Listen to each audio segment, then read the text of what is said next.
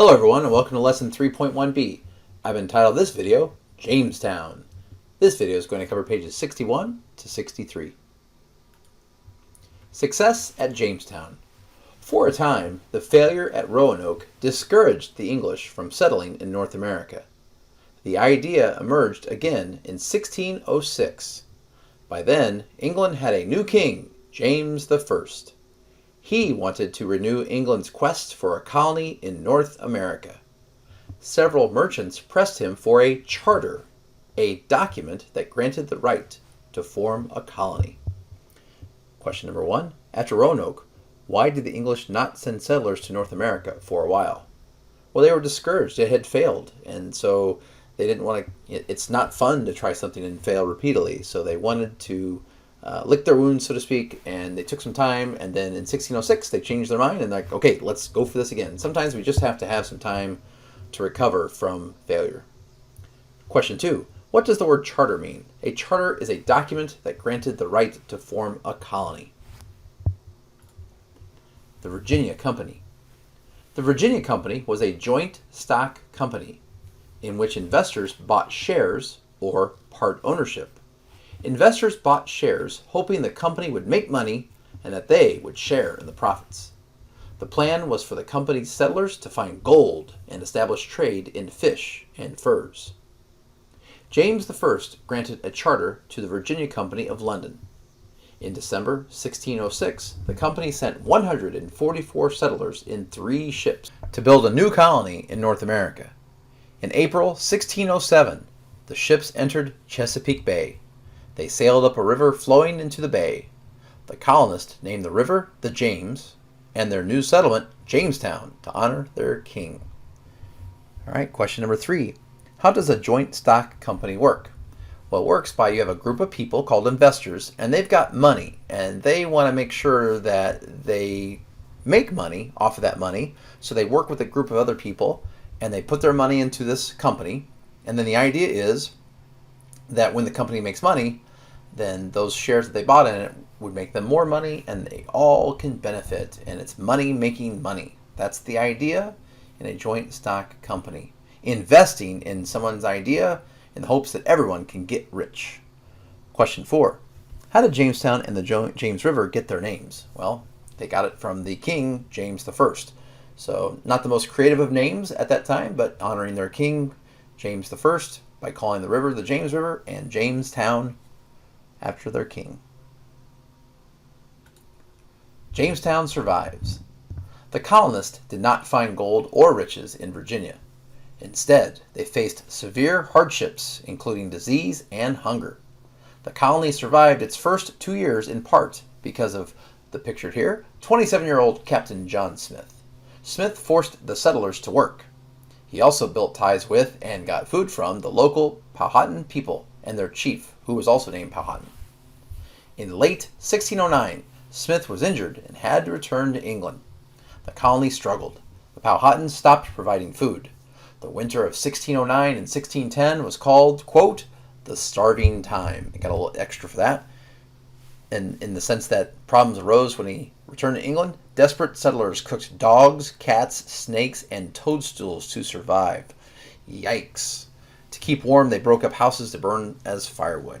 So definitely a challenging time for the people of Jamestown, that starving time. So now let's answer a couple of questions. Number 5, what were 3 challenges faced by the colonists at Jamestown? Number 1, they couldn't find the gold or riches they were seeking, so they didn't even accomplish what they were looking for. Number 2, they faced disease. And number 3, they faced hunger. They had a lot of things that were standing against their way. Question 6, how did John Smith help the Jamestown colonists to survive while he was in command? Well, number 1, he said, hey, we need to stop looking for gold. We need to make food because we can't look for gold if we're dead. So he kind of was giving them a little bit of tough love, and he said, we are going to work. If you don't work, you are kicked out. So he strengthened the group, and also he diplomatically helped make some friends with the local Native Americans called the Powhatan people. Question number 7. How did the starving time affect the Jamestown colonists? It was a miserable time. They were starving. They were struggling to find any sort of food they could eat. And so as you can see here, they were desperate enough to eat animals, snakes, toadstools, It definitely put them not in just danger, but it also depressed them and made them feel like, what were we thinking coming here to the New World? Somehow, Jamestown survived this terrible time. More colonists arrived to replace those who had died. The colonists also found a way to make money for the investors. Woohoo! They began growing a type of tobacco using seeds from the West Indies. Soon, planters all along the James River were raising this valuable crop. And when we say valuable, we know that smoking is dangerous. It causes lung cancer. They had no clue about that back then. We do today. But what we mean by valuable is it was helping them make money. And the whole point of this, if you remember, the whole concept of a joint stock company is to make money for the investors. And finally, they had found a way to make that money through the smoking. Well, they grew it, tobacco, and then they were able to sell that. And this was one of the fads, one of the habits that people started to, ooh, look at this. Pipe smoking, isn't that fun? So here we go. Question number 8. What crop did the colonists plant to try to make money for Jamestown? That was tobacco. More settlers come to Virginia. The colony of Virginia began to expand. Relations with the Powhatan improved after our colonist John Rolfe married the chief's daughter, Pocahontas. The Virginia Company sent women to Jamestown. As a result, marriage and children became a part of life in the colony. The Virginia Company also began giving a head right, or land grant, of 50 acres to settlers who paid their own way to the colony. The head right system helped the colony succeed. The chance to own land lured many settlers to Virginia and gave them a reason to work hard. So question number 9. How did things begin to improve in Jamestown? Well, a couple of things. Number 1, their relations with the Powhatan improved. Number 2, the Virginia Company sent women to Jamestown. So the men that were there were now able to get married, have children, so it gave them purpose and family life. And so just everything just improved as far as their outlook on life.